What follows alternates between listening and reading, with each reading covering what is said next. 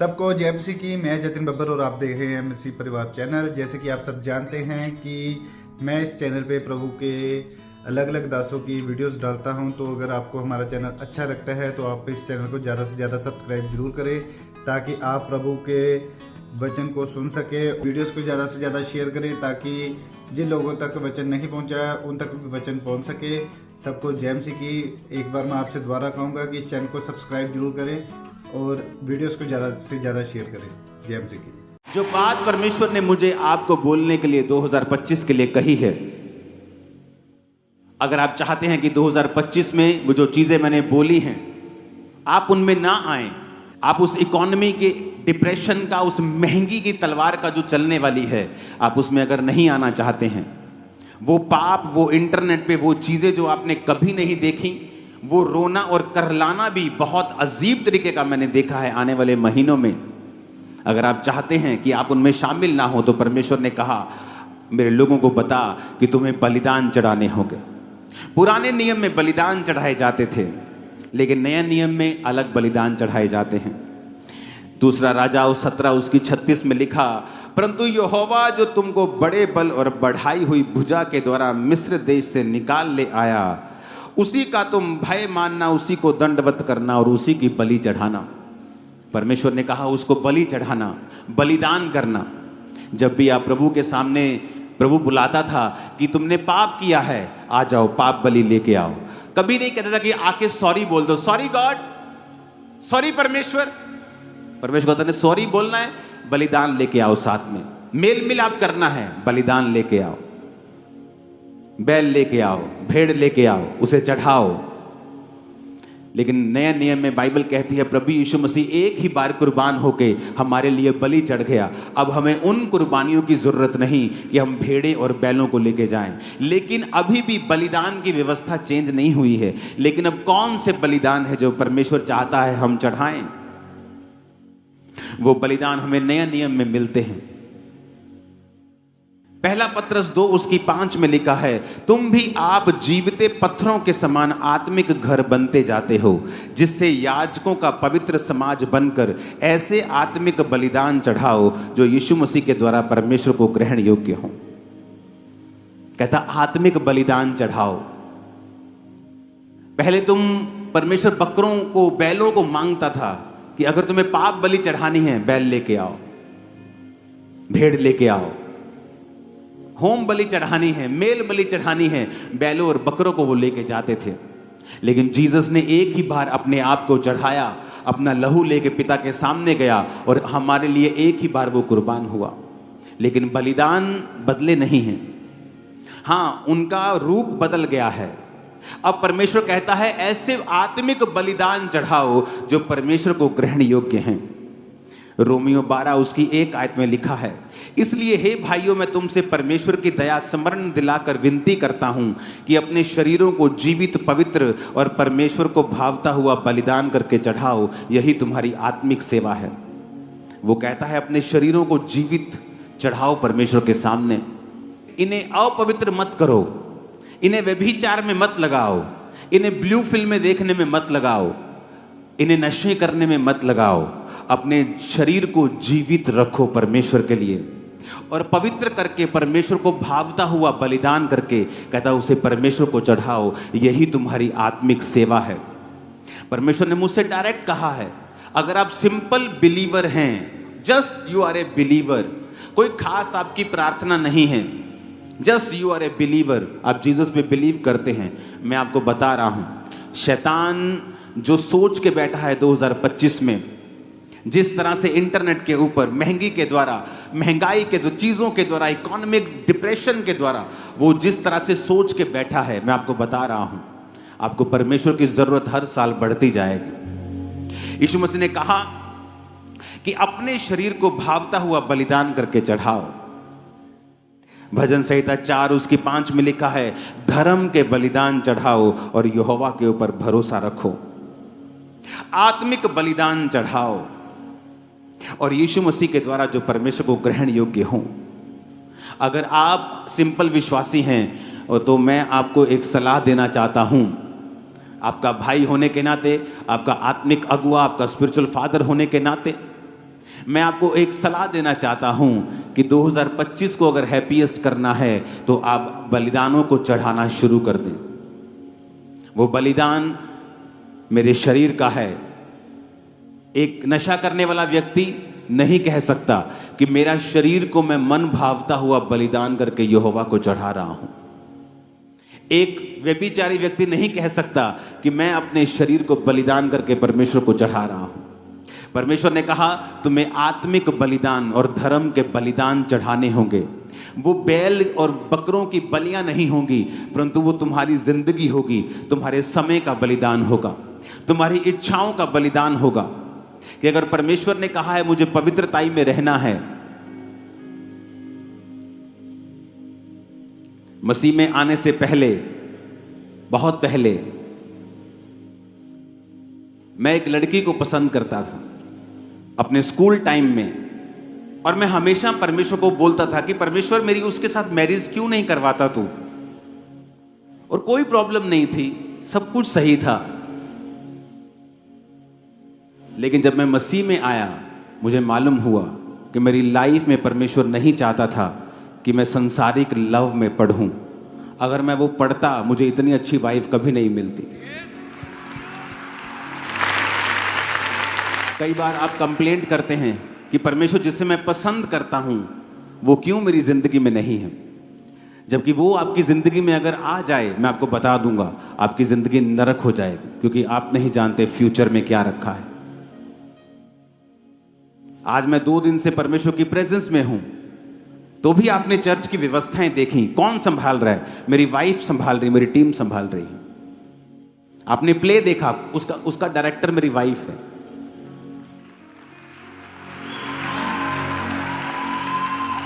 तो अगर मेरी उस लड़की से शादी हो गई होती तो आज मैं यहां ना होता।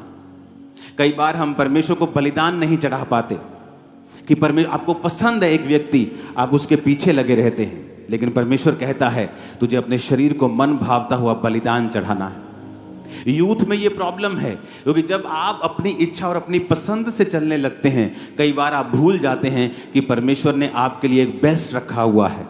वो ऐसा बेस्ट है, अगर आपने उसे मिस कर दिया आपकी लाइफ कभी भी सेम नहीं हो सकती। चाहे आप 40 नहीं 404 लाख रोजे रख के परमेश्वर के सामने चले जाएं, वो चीजें बदलेंगी नहीं। इमोशनली कई बार आपको डिस्टर्बेंस फील होती है कि क्यों मेरे साथ ही, क्यों मेरा सब कुछ परफेक्ट है, मैं एवरीथिंग मेरी लाइफ में बेस्ट है, लेकिन परमेश्वर चाहता नहीं। कई बार आपके परिवार से आपको प्यार नहीं मिलता, आपके दोस्तों से आपको प्यार नहीं मिलता, क्योंकि परमेश्वर की उसमें इच्छा होती है। वो आपको अलग करना चाहता है और आपको अपने तरीके से चलाना चाहता है, आपकी तैयारी को अपने हिसाब से करना चाहता है।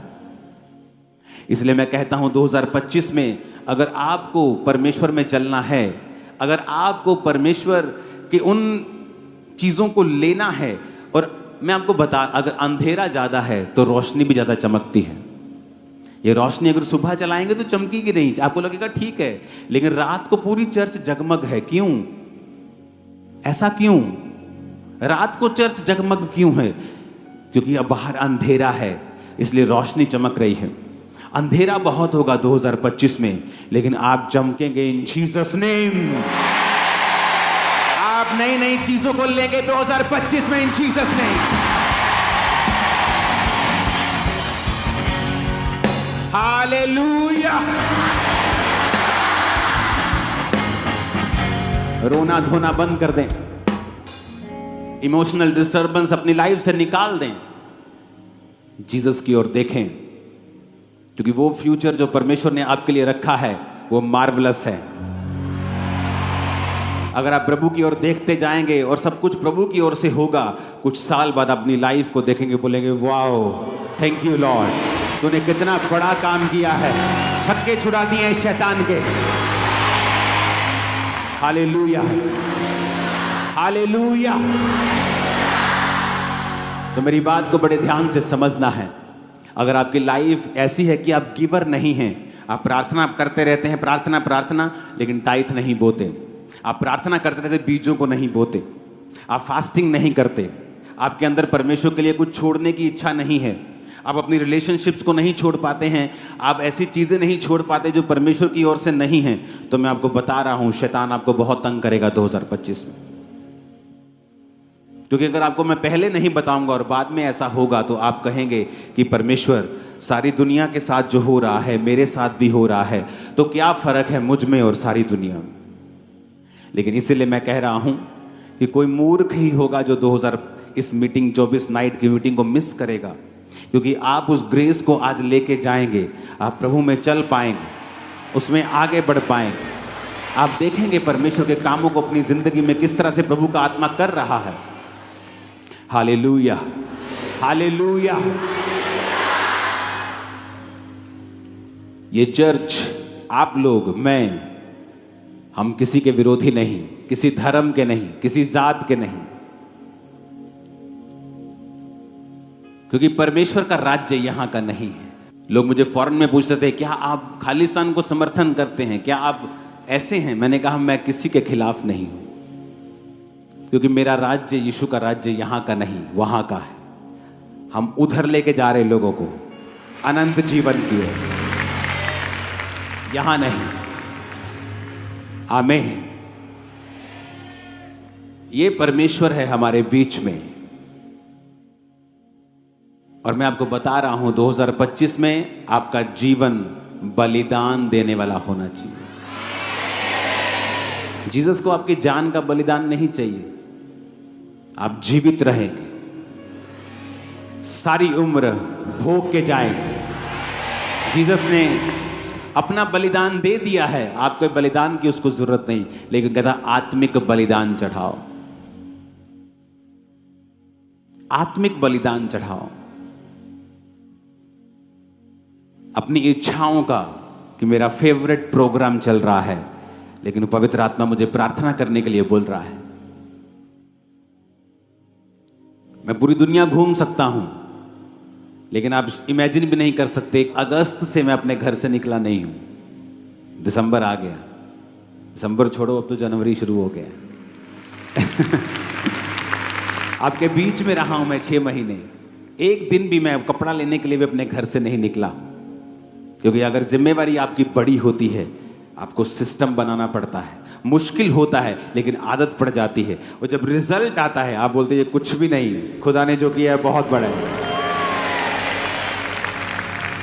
It's nothing. लोग सारी उम्र मेहनत करते हैं, उनको कुछ नहीं मिलता, लेकिन खुदा में की गई मेहनत कभी व्यर्थ नहीं जाती। हालेलुया। आपको 2025 में अगर खुश रहना है तो आपकी लाइफ बलिदानों वाली होनी चाहिए। क्यों यहूदी बच्चे पूरी दुनिया के बिजनेसमैन बन जाते हैं, पूरी दुनिया के बड़े बड़े बिजनेस के मालिक हैं। छोटे होते जब सिखाया जाता है, बेटा चर्च जा रहे हो, टेक 1 शकेल, ले बेटा 1 रुपया, 10 रुपये, प्रभु के घर में खाली हाथ नहीं। छोटे बच्चे को सिखाते हैं, ओ यू गॉट 10 रुपी, 10 शकेल, ओके गिव 1 शकेल टू गॉड, गिव टाइट्स। बचपन से सिखाया जाता है। जब वो बच्चे होते हैं उनको मांगना आता ही नहीं, क्योंकि बचपन से वो दे रहे होते हैं। जब वो दे रहे होते हैं, खुदा सप्लाई कर रहा होता है पीछे से।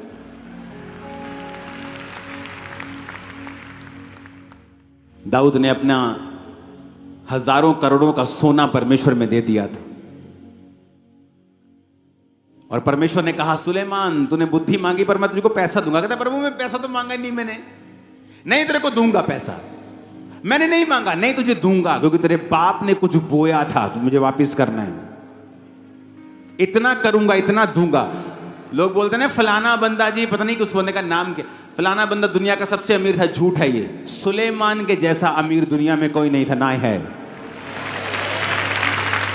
उसकी वेल्थ ट्रिलियंस में है, बिलियंस में नहीं, ट्रिलियन के भी आगे होगा वो। इतना वो अमीर था, क्योंकि दाऊद का बोया गया उसकी लाइफ में वापस आया। हमें अपनी लाइफ में ये देखना होगा और हमें आदत डालनी होगी बोने की। जो हमने पहले कभी नहीं बोया, हमें वो बोना होगा।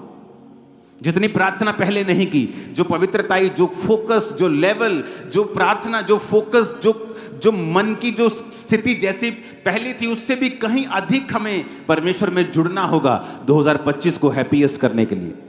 फिर आप देखोगे, आपकी कल्पनाएं वो सिद्ध कर देगा, आप सोचोगे वो कर देगा, आप सोचोगे वो कर देगा। आप मन में होगा मुझे ये करना है और वो रास्ते खोल देगा। ओ आमीन खड़कने वाला चाहिए। Hallelujah hallelujah.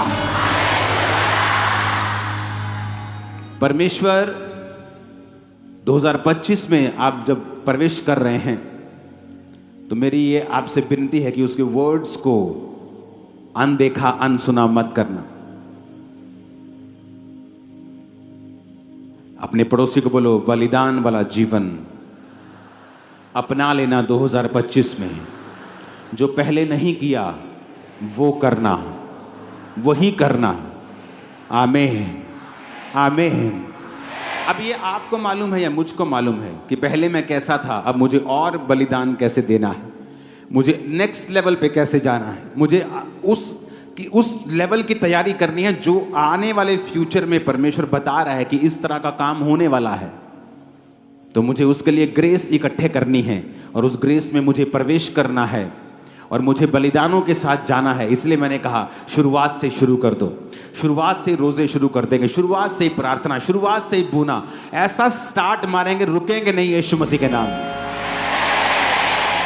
Hallelujah hallelujah.